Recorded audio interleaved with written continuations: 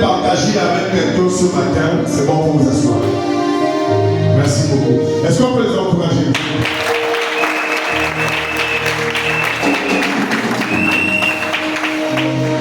Je voudrais partager à un fils de Dieu, à une fille de Dieu, un mystère incompris jusqu'à maintenant. Mais en réalité, c'est ce mystère qui nous permet d'exercer le ministère. Plusieurs d'entre nous, nous sommes arrêtés sur les béabas. Et l'absence ou la méconnaissance de ce que je veux partager avec vous ce matin nous fait demeurer généralement dans ce que moi j'appelle le préface ou l'introduction du ministère. Mais en réalité, notre Père à tous aimerait que, après avoir connu ces béabas, que tu entres dans une autre dimension avec Dieu. Plusieurs d'entre nous, nous sommes assis là, sur la base de ce premier principe. Alors que le maître lui-même, après avoir enseigné ses disciples pendant 3 ans, leur a dit une chose. Et c'est cette chose que je voudrais partager avec vous ce matin. Alléluia. Amen. Je voudrais parler du vainqueur et de la vainqueresse baptisée par le Saint-Esprit. Amen. Le vainqueur et la vainqueresse baptisée par le Saint-Esprit. Un soir, alors qu'il était assis avec ses disciples, Jésus reçut la visite d'un éminent enseignant de la parole, un rabbin, un docteur. Cet homme vint à lui nuitamment, parce que enseignant la parole, il n'était pas bien perçu qu'un homme tel que lui vint voir le maître qui était Jésus. C'est pourquoi il attendit que la nuit tomba. Une fois la nuit tombée, cet homme de Nicodème, Amen. Jean chapitre 3, vint à Jésus. Alléluia. Amen. Et il dit à Jésus, Maître, nous savons que tu es un docteur de la loi. Car quelqu'un ne peut faire ce que toi tu fais s'il n'est pas conduit par Dieu. Amen. Comme ça dit ici. Amen. Celui qui dit ces choses, c'est quelqu'un qui avait le monopole de l'enseignement dans le temple de Jérusalem. C'était le plus grand enseignant de la loi, du Talmud, dans la synagogue, dans le temple de Jérusalem. Mais il reconnaît qu'au-delà de son enseignement, Jésus détenait quelque chose qui surpassait la connaissance littéraire de la parole. Nicodème reconnaît que son enseignement est littéraire. Amen. Il parle des choses de Dieu, il transmet la loi, mais Nicodème est conscient que la transmission de la loi par lui n'est pas aussi profonde que la transmission de la loi par Jésus. C'est pourquoi il vint vers Jésus pour lui dire, Maître, nous savons que tu es un docteur venu de Dieu. Car personne ne peut faire ce que toi tu fais s'il n'a pas reçu une onction divine. Mais Nicodème nous enseigne aussi qu'il arrive que nous fassions le travail de Dieu avec intelligence. Souvent, dans nos églises, le problème, c'est parce que l'expérience a pris le dessus sur l'action du Saint-Esprit. Vous comprenez, non? Amen. Plusieurs d'entre nous faisons le travail de Dieu par expérience. En tenant compte du nombre d'églises que j'ai fréquentées, ou de la durée que j'ai dans l'église. Amen. Mais ce qui donne la puissance au ministère que tu exerces, ce n'est ni l'expérience, ni la durée que tu as mis dans l'église. Ce qui donne le pouvoir d'exercer le ministère avec efficacité, c'est le Saint-Esprit.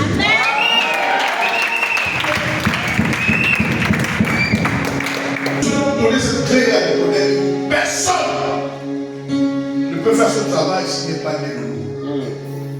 Alléluia. Amen. La nouvelle puissance. Mais Nicodème, très intelligent, va poser la question à Jésus. Comment serait-il possible?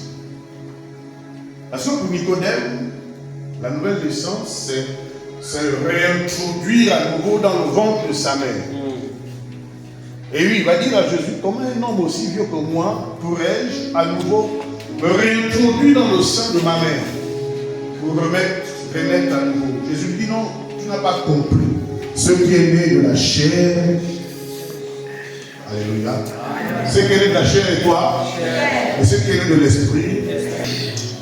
Nous allons avoir pour texte de base ce matin, Jean, chapitre 20, verset 22. Jean, chapitre 20, le verset 22.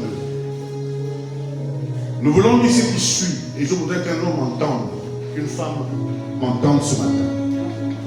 Le baptême du Saint-Esprit est une expérience chrétienne de plongée ou d'immersion dans le Saint-Esprit.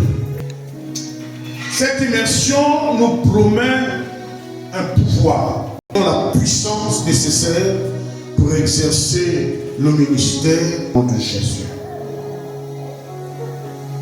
Il s'agit d'une effusion de puissance pour témoigner, symbolisée par un signe ou par des signes comme le parler en langue, comme le don de prophétie, comme le don de vision.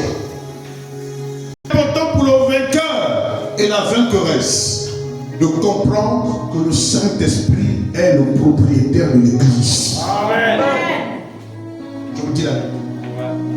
Celui qui gère l'Église, c'est le Saint-Esprit. Si le Saint-Esprit est au centre de ton prénom, le ciel s'ouvre. Les grâces descendent seules. Nous ne forçons pas. Quand l'homme commence à forcer dans le travail de Dieu, ça veut dire que la chair a pris le dessus sur la loi de l'esprit. Lisons Jean chapitre 20, le verset 22. Quelqu'un a trouvé? Maman, tu as trouvé? Tu peux faire la lecture? Jean chapitre 20, le verset 22.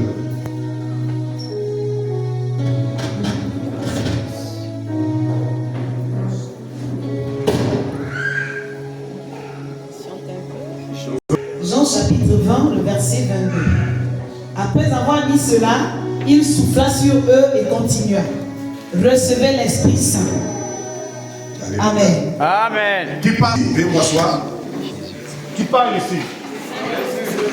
Ne vous inquiétez pas.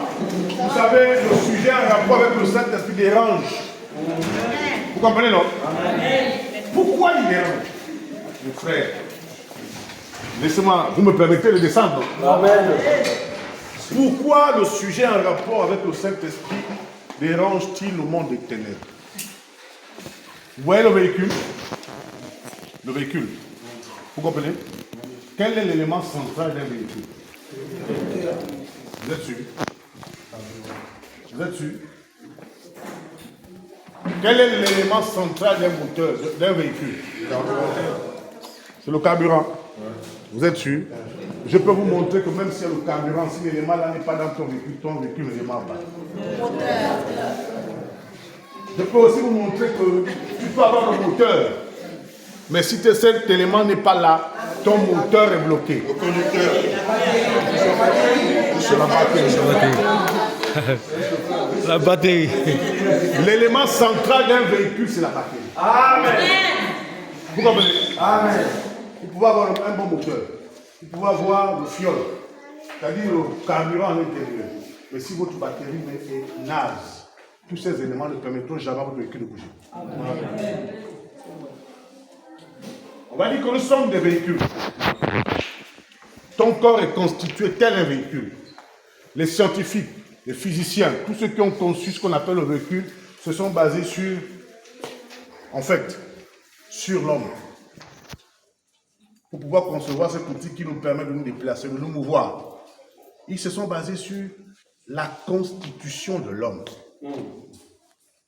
C'est-à-dire, tel que l'homme est créé. Vous comprenez? Amen. Dieu, parlant aux disciples, avait passé 3 ans avec eux. C'est Jésus qui parle ici à ses disciples. Il a enseigné ses disciples pendant 3 ans. Il les a pris de tous les coins de la Palestine. La Palestine à l'époque de Jésus était constituée de 8 provinces. Hein? Jésus est né dans quelle province? La Judée. Il est né en Judée. Dont la capitale était Bethléem. Il a pris les gens de tous les coins, il en a fait des disciples. Au départ, ils étaient pour le 3000. Après, ils ont terminé à 120. Vous comprenez, non? Amen. Il les prend de tous les coins, il va avec eux toute la vie. Enfin, 3 ans durant, il exerce ce ministère. Pierre est témoin du miracle. Jacques est témoin du miracle. Il faut dire que Pierre n'était pas le premier à raconter Jésus. C'est André, son frère, qui est rentré au contact de Jésus pour la première fois. Et qui est venu finalement dire à Pierre, viens, j'ai raconté quelqu'un qui m'a tout dit. Se pourrait-il qu'il soit le Messie? C'est comme ça que Pierre est venu. Vous comprenez? Bien. Il a vécu pendant 3 ans. Ils ont été témoins de la multiplication du pain et le fait que Jésus ait nourri 5 000 hommes. C'est ça pour que les femmes et les enfants. C'était déjà né de nouveau, oui ou non?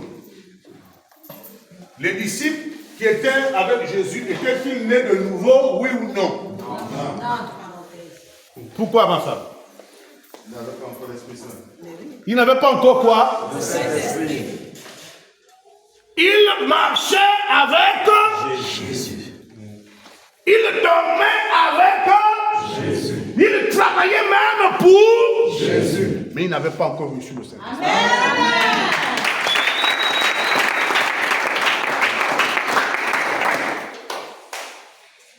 Quelqu'un me dit ici? Amen. La difficulté de nos églises est souvent due au fait que nous avons dans nos églises des personnes qui viennent prier, mais qui n'ont jamais été touchées par le Saint-Esprit. Ce qui transforme l'homme, ce n'est pas sa fréquence régulière à l'église. Ce n'est pas chanter qui te transforme. Ce qui te transforme, c'est quand le Saint-Esprit te touche. Amen. Alléluia. Amen. Une église qui rentre dans le réveil est une église dont les membres ont laissé l'accès de façon permanente au Saint-Esprit dans leur vie. Jésus va souffler, il dit recevez l'Esprit. Quelqu'un s'est dit ici? Amen. Depuis le jour de la Pentecôte, Actes chapitre 2, les 120 disciples de Jésus dans la chambre haute ont inauguré l'ère de l'action permanente du Saint-Esprit. Quand il vint sur eux, il descendit en forme de colonne de feu. Ce sont des diadèmes qui se sont posés, vous comprenez? Comme des cerceaux, mais des cerceaux enflammés qui se sont posés sur les 120 qui étaient dans la salle. Cette introduction de l'Esprit montre que la nouvelle ère de l'Église n'est possible que lorsque le Saint-Esprit est à l'œuvre. Vous pouvez recevoir Jésus. Il y a un premier baptême dont nous sommes tous victimes. Vous comprenez? Ce baptême nous introduit dans la nouvelle naissance. Quand nous venons à Jésus, nous le recevons comme Sauveur et Seigneur. Amen. Vous comprenez, non? Amen. Et le Saint-Esprit nous fait passer des hommes normaux, des femmes normales que nous étions, pour finalement nous introduire dans la nouvelle ère de la nouvelle naissance. Je deviens enfant de Dieu. On appelle ce baptême le baptême de la conversion.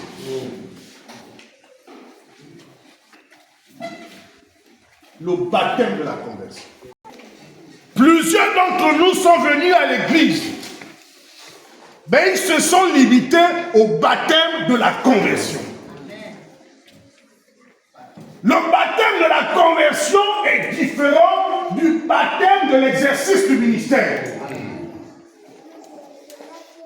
Jésus avait déjà transformé leurs disciples. Quand il a dit recevez l'Esprit, ils étaient déjà nés de nouveau. Est-ce que vous comprenez? Dans ce texte, en soufflant sur ses disciples, Jésus leur accorde la nouvelle naissance. Les disciples étaient déjà nés de nouveau. Sauf qu'ils n'avaient pas encore reçu le dépôt nécessaire pour exercer le ministère. C'est pourquoi Jésus a dit, ne bougez pas de Jérusalem jusqu'à ce que vous ayez reçu le baptême du Saint-Esprit. Quelqu'un se dit ici? Amen. Le baptême de la nouvelle naissance te permet de faire comme mes enfants ont fait hier. Aller à la Bambidi, te faire baptiser par les eaux. Ouais. Ça, c'est le premier niveau du baptême. Ouais. Le chrétien, le vainqueur ne doit pas se limiter au premier niveau du baptême du Saint-Esprit. Tu as besoin de recevoir une autre dynamique. Et c'est le baptême du Saint-Esprit pour le ministère. Vous ne pouvez pas impacter dans le royaume de Dieu si vous n'êtes pas baptisé par le Saint-Esprit. Ouais. Vous n'allez pas comprendre les choses de Dieu. On va être comme Nicodème. Vous savez, quand le Saint-Esprit impacte sur la vie de quelqu'un, dans la vie de quelqu'un, le raisonnement pour raisonner là disparaît. Il y a des gens parmi nous qui raisonnent beaucoup. Vous n'avez pas remarqué ça? Ils veulent tout comprendre. Mais si tu comprends Dieu, il n'est plus Dieu. Si tu comprends Dieu, il n'est plus Dieu. C'est parce qu'il est Dieu qu'il agit tantôt d'une manière et tantôt d'une autre. C'est Dieu. C'est l'histoire d'Élie. Après avoir vu le feu descendre du ciel, Élie avait une image de Dieu. Pour lui, si Dieu se manifeste, il se manifeste en forme de colonne de feu. Mais pour briser cette vision de lui, Dieu va dire à Élie, va dans le désert, cache-toi, je veux passer. La Bible dit, il vit le même feu là. Il dit, ça c'est Dieu. La Bible dit, Dieu n'était pas dans le feu. Les rochers ont commencé à se fendre. Il y a eu un mouvement sismique. La Bible dit, Dieu n'était pas dans ce mouvement sismique. C'est-à-dire, la terre a commencé à trembler. Dieu s'est manifesté dans une brise. C'est-à-dire, un vent léger. Tu ne peux pas opérer dans le monde de l'esprit si tu n'es pas baptisé par Dieu. Ce qui te permet de travailler pour Dieu efficacement, de donner pour Dieu efficacement, c'est le moteur de ta vie qui est le Saint-Esprit. Amen. Je vous l'ai dit, mon frère, la générosité est suscitée par le Saint-Esprit. Si l'Esprit de Dieu ne touche pas le cœur de quelqu'un, même s'il a 1 milliard, il va fermer les mains. C'est vrai. Parce qu'il ne comprend pas les choses de l'Esprit. Le vainqueur de ce matin doit basculer et ne pas s'arrêter au baptême de la nouvelle naissance. Le baptême de la conversion. Il doit rentrer dans le deuxième baptême. Le baptême du Saint-Esprit pour le ministère. Pour l'exercice du ministère. Vous faites ça ici? Amen. Cette deuxième dimension du baptême de l'Esprit nous amène à travailler pour lui. Nos amis grecs ont trouvé un mot pour déterminer ce baptême. Ils lui ont donné le nom de baptizo. En grec, baptême est synonyme du baptizo. Le baptizo ici, c'est le fait de plonger quelqu'un dans. Pour les Grecs, celui qui est impacté par le Saint-Esprit, qui reçoit le baptizo, s'introduit dans. C'est-à-dire tout son être est impacté. Il n'est pas influencé. Être influencé est une chose. Mais être transformé est une autre chose. Amen. Quand vous êtes influencé par l'Esprit de Dieu, ce sont des moments de frissonnement. Il y a des gens qui frissonnent face à la découverte de certaines réalités. Oh, je sens quelque chose. Mais après 2 ou 3 jours, ce frisson s'arrête. Vous n'avez pas remarqué ça? Amen. Celui qui est émergé, qui est rentré, qui est conduit par l'Esprit de Dieu demeure connecté au Saint-Esprit. Vous avez Grecs disent que le baptiseur, c'est aussi de rentrer dans les profondeurs spirituelles avec le Saint-Esprit. En hébreu, le mot baptême est décrit comme étant le baptissement. Le baptissement. Le baptissement en hébreu, c'est une nouvelle vie. C'est le fait de recevoir une nouvelle identité. C'est le fait d'être transformé par le Christ. C'est passer des choses naturelles pour opérer dorénavant dans le surnaturel. Nos amis hébreux disaient qu'on ne peut pas se connecter à Jésus sans connaître le baptissement. Je ne parle pas de baptême. Je ne parle pas d'une œuvre charnelle. Je parle de la reconstruction d'une vie brisée par le péché. La restauration d'une vie brisée par le péché. quand l'Esprit de Dieu vient travailler dans ta vie, il reconstruit en toi ce que le monde a détruit. Amen.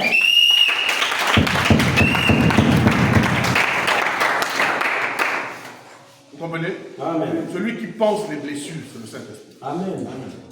Celui qui soulage des personnes troublées, c'est le Saint-Esprit. Il y a des gens qui ne se marient pas parce qu'ils ont des blessures intérieures. Ces blessures intérieures ne peuvent être guéries que par le Saint-Esprit. Je vous dis la vérité. On peut venir à l'église, mais on est encore malade. Celui qui nous soigne, c'est le Saint-Esprit. Il va là où l'homme ne peut pas arriver. Il parle à ton âme, il parle à ton cœur. Il te dit des choses qu'un être humain ne peut pas te faire. C'est pourquoi il est important de laisser l'Esprit de Dieu se diriger. Alléluia. Amen. Alléluia. Amen. Alléluia. Amen. La question que vous allez me poser et à laquelle on va essayer de répondre, c'est quand recevoir le baptême du Saint-Esprit? Quand reçoit-on le baptême du Saint-Esprit? Je vous avais déjà dit tout à l'heure, en nous basant sur Jean chapitre 20, le verset 22, à la nouvelle naissance. C'est le Saint-Esprit qui nous fait naître. Cependant, certains ont cru en lui. C'est pas ce que la Bible dit, Jean 1. À tous ceux qui l'ont reçu, qui ont cru en lui, il leur a donné quoi? Il leur a donné quoi? De faire quoi? Allons-y, de devenir quoi? Lesquels sont nés? Non de la chair. Non de la chair et du sang. Ni de la volonté de l'homme. Mais c'est le Saint-Esprit qui nous fait rentrer dans la nouvelle famille de Dieu. Vous comprenez? C'est lui qui te change. Quand tu as reçu Jésus, tu as vu le ciel s'ouvrir. Tu l'as reçu par la foi, non? Amen. Mais de façon physique, psychologique et spirituelle, tu vois des changements dans ta vie. Amen. Tu peux faire la différence entre la femme que tu étais il y a quelques années et celle que tu es devenue aujourd'hui. Amen. Ce mystère est opéré dans ta vie par le Saint-Esprit. Amen. Il peut y avoir une transformation sans l'aide du Saint-Esprit. Donc, comme cela que nous commençons à ouvrir nos esprits à la réception du second baptême. Vous lirez à la maison Romains chapitre 8, le verset 9. L'Esprit est donné pour le salut et l'habitation divine. Jean, dans Apocalypse chapitre 3, vous avez lu ce texte? Je me tiens et je... Si quelqu'un entend ma voix et ouvre, c'est l'histoire de la conversion. Jésus dit, pour que toi tu deviennes mon enfant, il faut que je cogne à ta porte. Amen. Et la manière dont Jésus cogne à la porte, ça, chacun n'est pas venu au Christ de la même manière. Non. Il y a des gens qui ont donné leur vie à Jésus suite à une maladie. La personne était malade, on a prié pour la personne, elle a reçu la guérison. Vous comprenez, non? Et puis cette expérience-là a mené à ouvrir son cœur à Jésus. Donc, tu as fait un accident. Mais le Seigneur a étendu sa main et cette expérience t'a bouleversé. Tu as décidé de donner ta vie à Jésus. D'autres encore, vous étiez traqués, nous étions traqués par des monuments de ténèbres. Jésus a étendu sa main, il t'a délivré. Nous sommes tous là assis, mais chacun a son expérience. Amen. Mais toutes nos expériences ne sont suscitées par une seule personne, le Saint-Esprit. Amen. Alléluia. Dis avec moi le Saint-Esprit. Le Saint-Esprit. Il est le moteur de ma vie. Il est le moteur de ma vie. Sans lui. Sans lui. Ma vie chrétienne. Ma vie chrétienne. Ne vaut pas la peine. Ne vaut pas la peine. D'être vécu. D'être vécu. Sinon nous sommes des religieux. Vous comprenez? Quand l'Esprit de Dieu ne travaille pas, c'est la religion qui prend la place. Amen. Hein?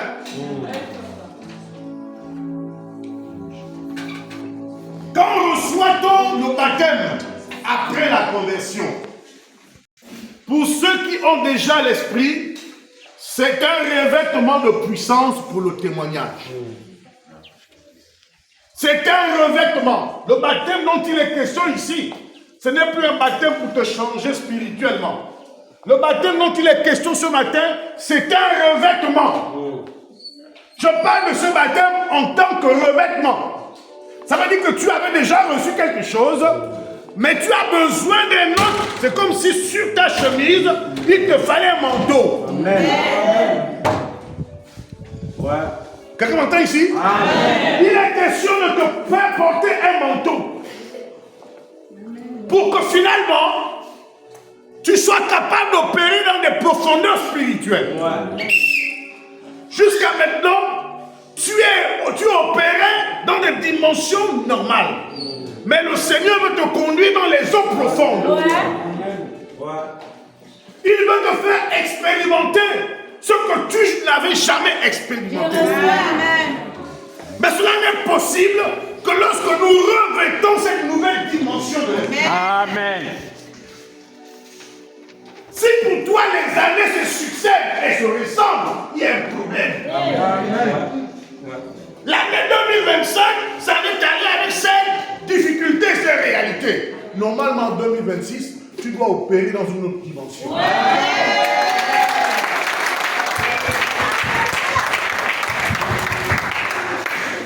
C'est comme ça ici. Tu ne peux pas conserver les mêmes choses. Tu dois opérer dans une autre dimension avec Dieu. Avec Dieu, on franchit l'étape. Je pars du point 0, je me retrouve au point 4. On ne peut pas être la même personne chaque année. Il y a un souci. Il doit y avoir un changement, une transformation pour le meilleur. Quelqu'un me dit ici? Amen. Tu ne peux pas avoir les mêmes habitudes. Ce n'est pas possible. Il faut qu'il y ait un changement. Et celui qui opère ce changement sur le Saint-Esprit. Je vous dis avec moi, je parle de choses qui sont réelles. Moi, j'expérimente. Le Saint-Esprit a la capacité de transformer quelqu'un. Amen. Amen. Alléluia. Amen. Il a la capacité de te faire opérer dans le surnaturel. Vous lirez à la maison, Actes chapitre 1, verset 8. C'est important. La deuxième question à laquelle nous allons essayer de répondre est comment recevoir le baptême du Saint-Esprit. Alléluia. Amen. Comment reçoit-on le baptême du Saint-Esprit? Il y a un élément indispensable lorsque nous sommes à la quête de ce baptême que nous devons activer, parce que cet élément est même le socle de notre nouvel engagement. C'est la foi. La foi. On reçoit le baptême du Saint-Esprit en activant sa foi. Les choses spirituelles ne s'expliquent pas physiquement. Non. Les choses spirituelles se reçoivent pas par l'intelligence, mais par la foi. Nicodème avait engagé son intelligence. Jésus va lui demander d'activer la foi. Les choses du royaume ne se manifestent dans la vie de quelqu'un que lorsque la foi est activée. Croire que ce que Dieu dit est vrai. Croire que Dieu existe. Celui qui entre dans cette quête de la réception de ce revêtement pour le ministère doit croire que ce qu'il demande à Dieu, Dieu va le faire. Amen. Il ne doit pas être sceptique. Il ne doit pas être soucieux. Il doit croire que ce que Dieu demande à Dieu, là, conforme à sa parole, il va me l'accorder. Amen. Est-ce que je parle à un homme ce matin? Amen. Est-ce que je parle à une femme ce matin? Amen. Est-ce que je parle à un jeune garçon comme celui? Le Saint-Esprit visite encore aujourd'hui. Amen. Le Saint-Esprit remplit encore aujourd'hui. Amen. Il est capable de transformer ta vie pour le meilleur. Amen. Il faut engager ta foi. Amen. Engager sa foi, c'est croire que ce que Dieu dit est vrai. Amen. Vous comprenez? Amen. Un vainqueur ne vit pas en fonction de ce qu'il voit, non, avec ses yeux physiques. Il appelle à l'existence des choses qu'il veut voir. Vous voyez? Le monde dans lequel nous vivons nous présente des défis.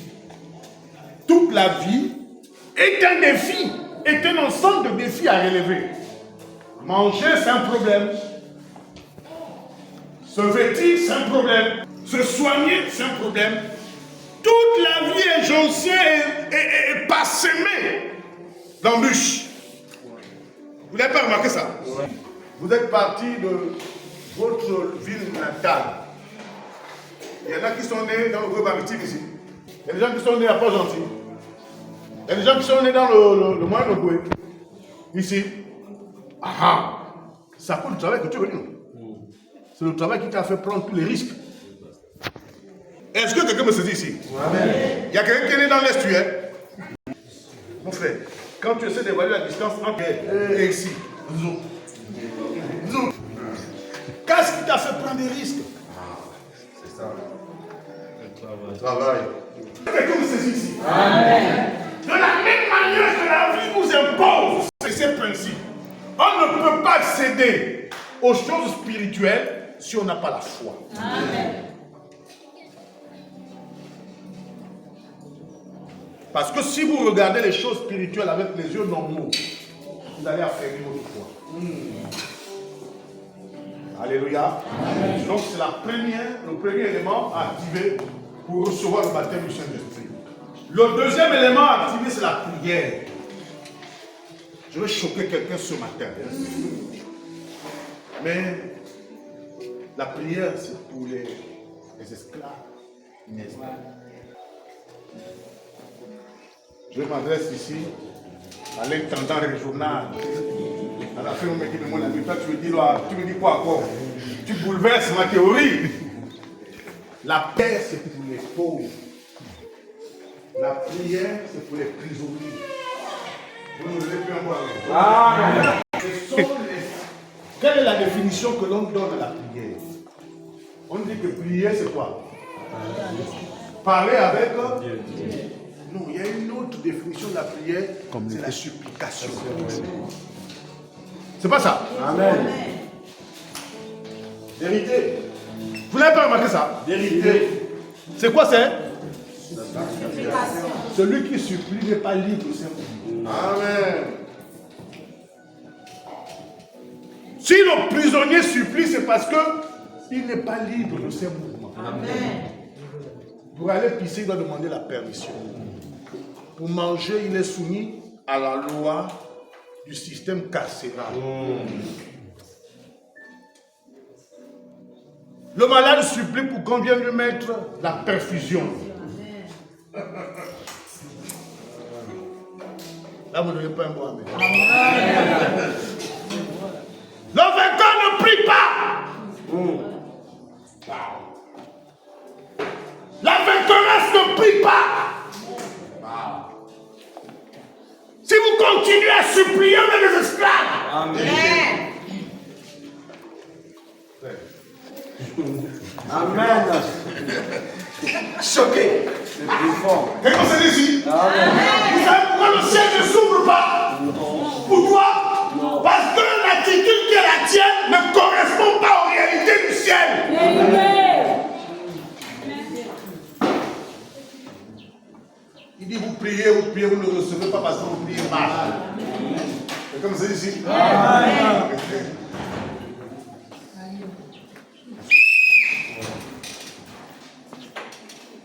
Il y a quelqu'un, tu n'es pas esclave. Tu n'es pas esclave. Toi avec ton frère, toi avec ta soeur, il dit tu n'es pas esclave. Tu n'es pas esclave. Il dit arrête de prier. Arrête de prier. Nous choquons. Faites la bonne gueule là-bas. Maintenant regarde-moi.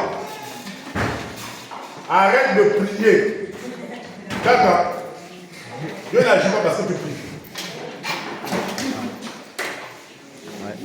Dieu n'agit pas parce que tu pries.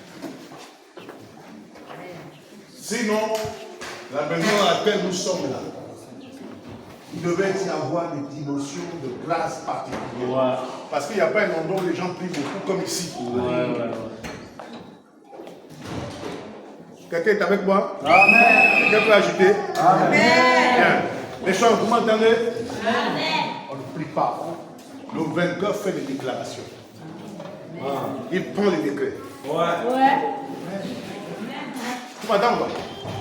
Ce qui fait bouger le ciel, ce n'est pas ta prière. Ce sont les décrets. Amen. Il a dit ce que vous liez sur la terre est lié dans les cieux. Amen.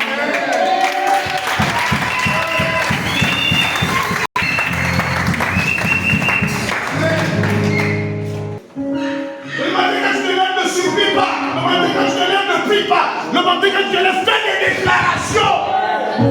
Je proclame au nom de Jésus que la terre sur laquelle je marche, on fait allégeance.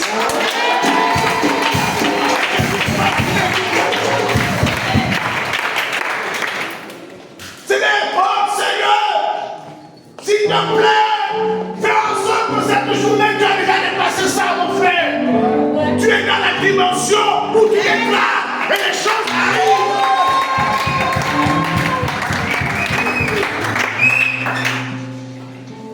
Quelqu'un peut se dire ici? Amen. Arrête de prier. Ouais. Fais une déclaration.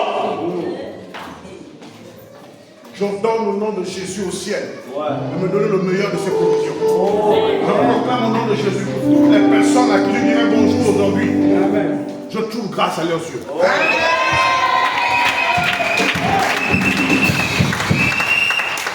Jésus, quand il se levait, il disait je te loue. Ça passe. C'est moi qui n'ai pas ajouté ça. Jésus, même quand il a demandé à Lazare de sortir, il n'a pas. Non. Oui. Tu ne peux pas avoir le Saint-Esprit et prier. Frère, c'est ce que je t'ai dit. Amen. Tu ne peux pas être baptisé du Saint-Esprit et tu le pries. Si la dimension spirituelle de Dieu habite en toi, il t'a donné le pouvoir de décréter. Je ne sais pas si vous comprenez ici. Si la dimension spirituelle de Dieu réside en toi, ne vous ai-je pas dit que vous êtes des dieux? Amen.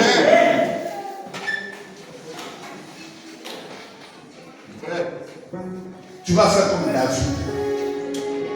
Dans 1 Samuel 17, alors qu'il faisait face à l'homme le plus redoutable de cette époque, Goliath.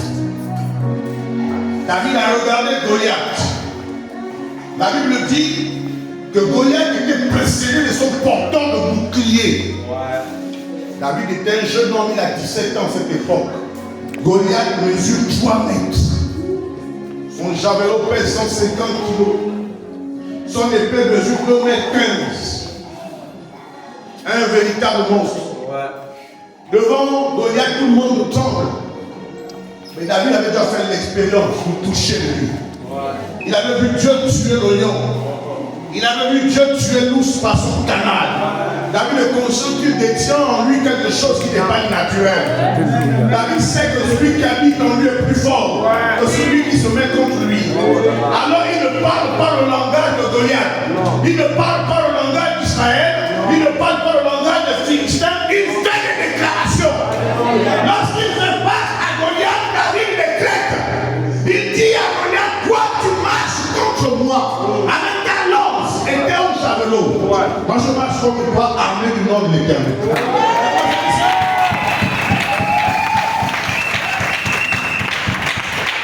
Écoutons le décret de David concernant le géant Goliath. Il dit aujourd'hui, Amen. L'Éternel te livre entre mes mains. Qu'est-ce que c'est ici? Tu parles comme ça, ses frères sont là. Le roi Saül est là. Tout le monde dit l'enfant est fou. Il est fou. Non, il y avait un esprit supérieur en lui. Le vainqueur détient un esprit supérieur. Le vainqueur détient un esprit supérieur. Quand vous voulez que tu te rebelles contre ta dimension naturelle, tu n'es pas un être humain naturel. Tu es un être humain surnaturel.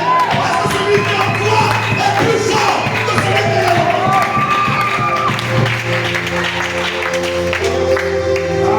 Celui qui est en toi est plus fort que celui qui est dans le monde. Parce que c'est ici, il a dit aujourd'hui l'Éternel te livre entre mes mains. Je te battrai, je te couperai la tête. Quand il dit comme ça, la chose ne s'est pas encore produite. Mais il a pris le décret. C'est pourquoi la prière est un élément important pour le baptême du Saint-Esprit. Pas la prière telle que nous la pratiquons, la prière en forme de décret. Notre pays a basculé d'un régime pour un autre en 2023 après un décret. Amen. Yes. C'est un décret qui nous a fait basculer d'un régime pour un autre. Le décret numéro 000. C'est pas ça.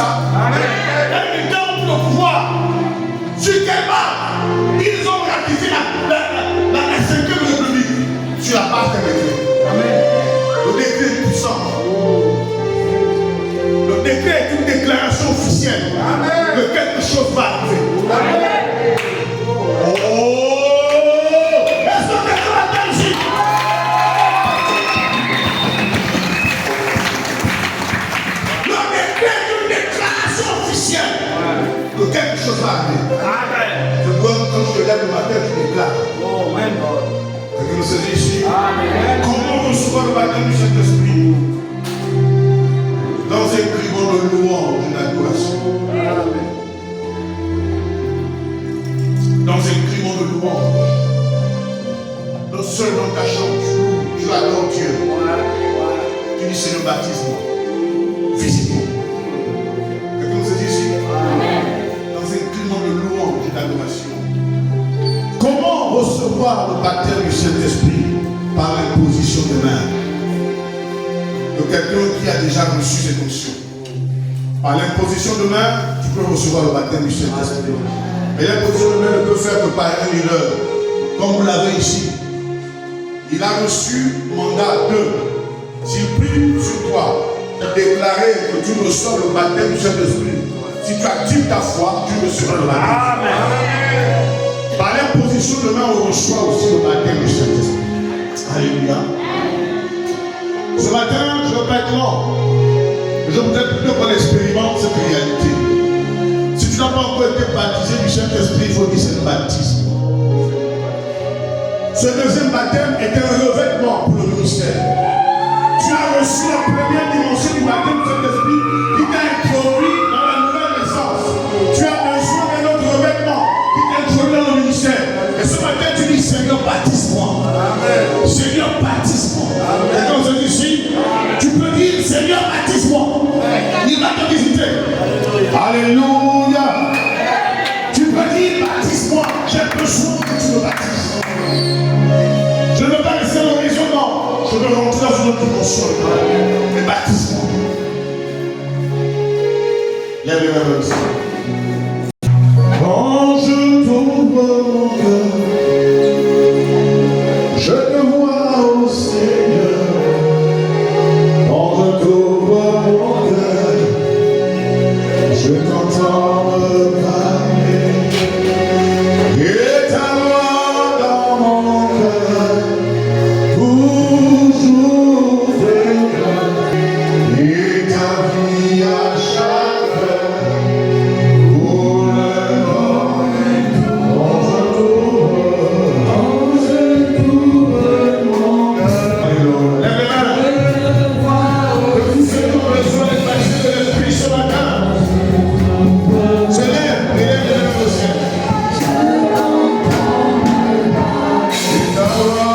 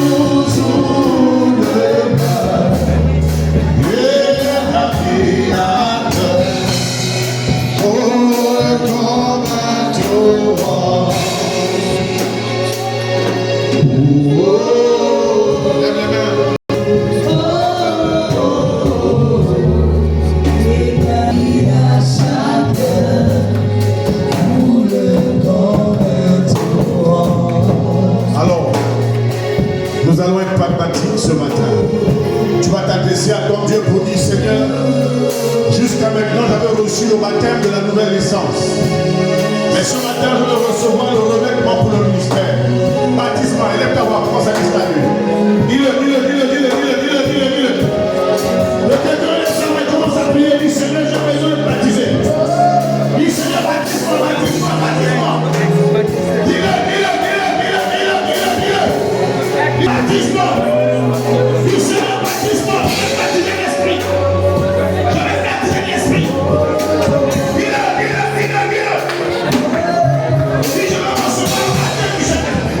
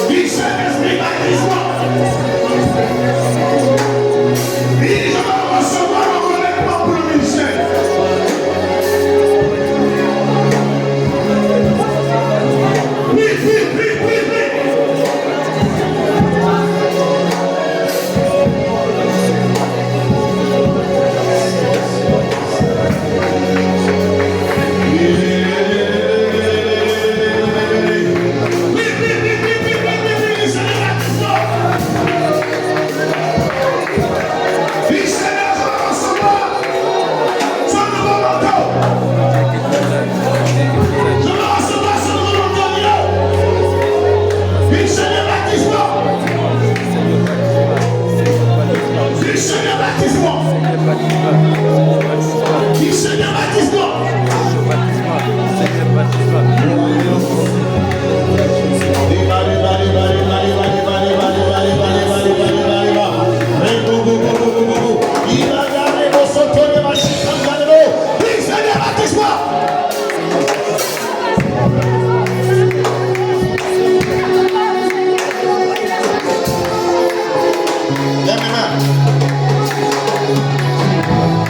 Du Saint-Esprit.